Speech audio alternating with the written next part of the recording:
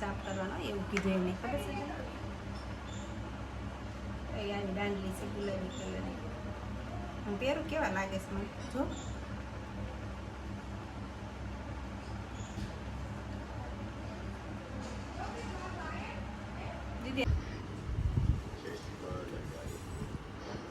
કેરી ન ખાવી ને તોય ખાવાનું મન થાય આમ કરીને આમ કેવી મસ્ત લાગે છે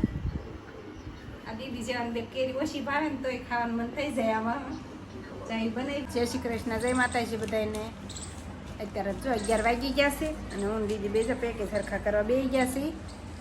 હીરાના પેકેજ સરખા કરવા લાવ્યા છે અમારા હાટું સરખા કરવા નવરા બે સરખા કર્યા કરી છે એને પથારો ખોલ્યો છે બધો ચાને ઊંધા સીધી કરવાના હોય આ લખાઈ ગયેલું હોય ને એક બાજુ એટલે આનું ઊંધા કરી દેવાના લખાઈ ગયેલું હોય અંદર વહી જાય એટલે જો નવા પેકેજ પાછા થઈ જાય એમ તો ઊંધા સીધા કરવાના હોય તો તારે હું દીદી બે જો ઠેલો ભરીને બેસી ગયું છે કોથળો ભર્યો છે આ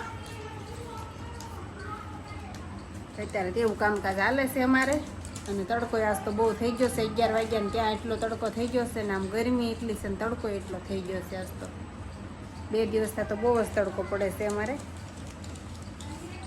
ચાલો પેલા પેકેજ સરખા કરવા માંડી 12:30 થઈ જશે અને ભૂખ લાગી છે બહુ મને પણ ઉદય આવે છે ને તેને વાટે છું મેં કીધું આવે પછી ખાવા બેસી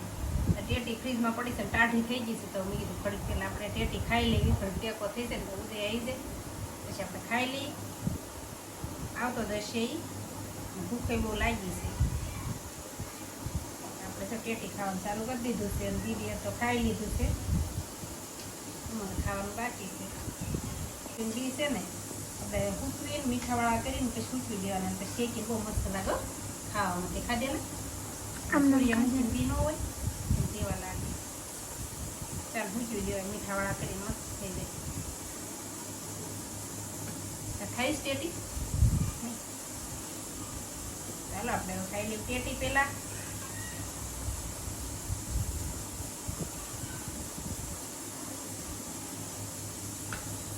ઉદય આવી ગયો છે અને આપણે બે જશે જમવા તો કેરી લઈને આવ્યો છે ઉદય તો મસ્ત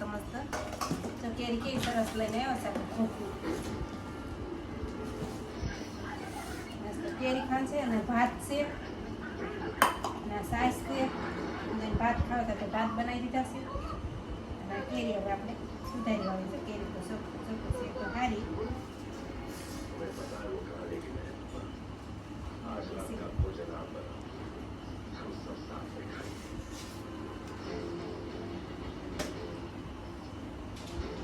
રામુલું બહુ કરે ખબર છે તને આવડે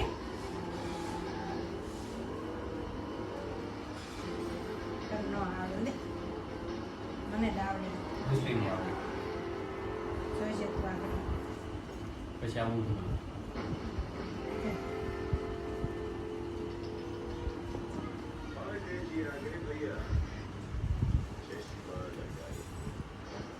કેરી ન ખાવી ને તોય ખાવાનું મન થાય આમ કરીને આમ કેવી મસ્ત લાગે છે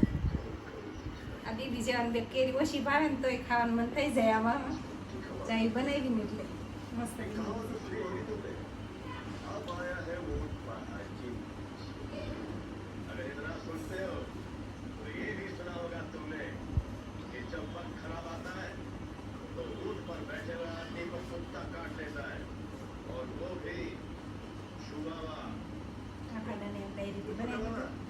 હાલો બધા જમવા આવે આપણે જમી લઈએ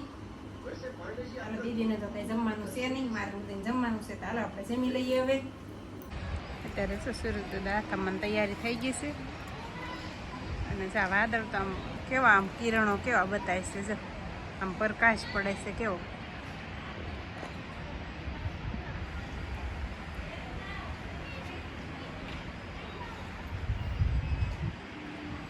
મંદિરે આરતી ચાલુ થઈ ગઈ છે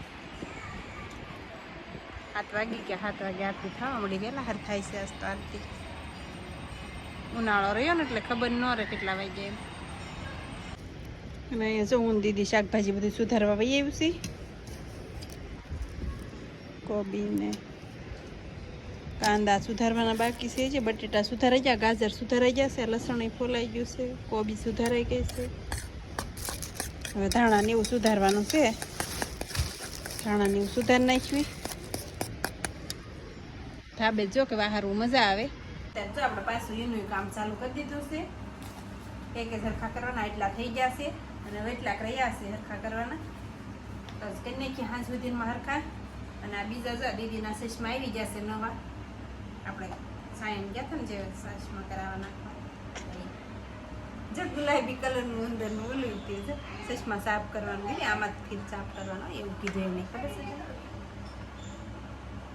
આવી દાંડલી છે ગુલાબી કલરની હું પહેરું કેવા લાગે છે મને જો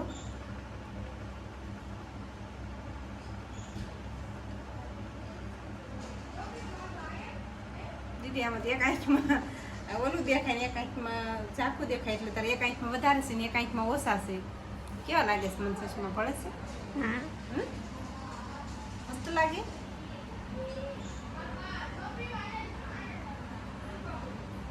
અંધારા આવવા મળે આંખોમાં અને આ જો દીદીના જૂના ચશ્મા કેવા થઈ ગયા આમ જો પછી સમજો દીદી પણ કહી નાખ્યા કેટલા 3-4 વર્ષ થઈ ગયા નાના કે વધારે આમાં ઝાકું થઈ ગયું બધું આમ ખહડિયા ને એવું પડી ગયું દીદી કયા મસ્ત છે આ છે કે આવડા પેલા નીચે ના નવા ઈ એક નવા ધાર આવે આપણને કંઈક ખાવા મળે એમાં વિશે આ ચશ્મામાં તો પાછું વાત જ નહીં પૂછે ને આ ઉદયના ચશ્મા છે જો એના કાચ જોતું કાચ જોઈને આપણને ચક્કર આવવા મળે છે આમ જો જાડા કાચી કેટલા છે એના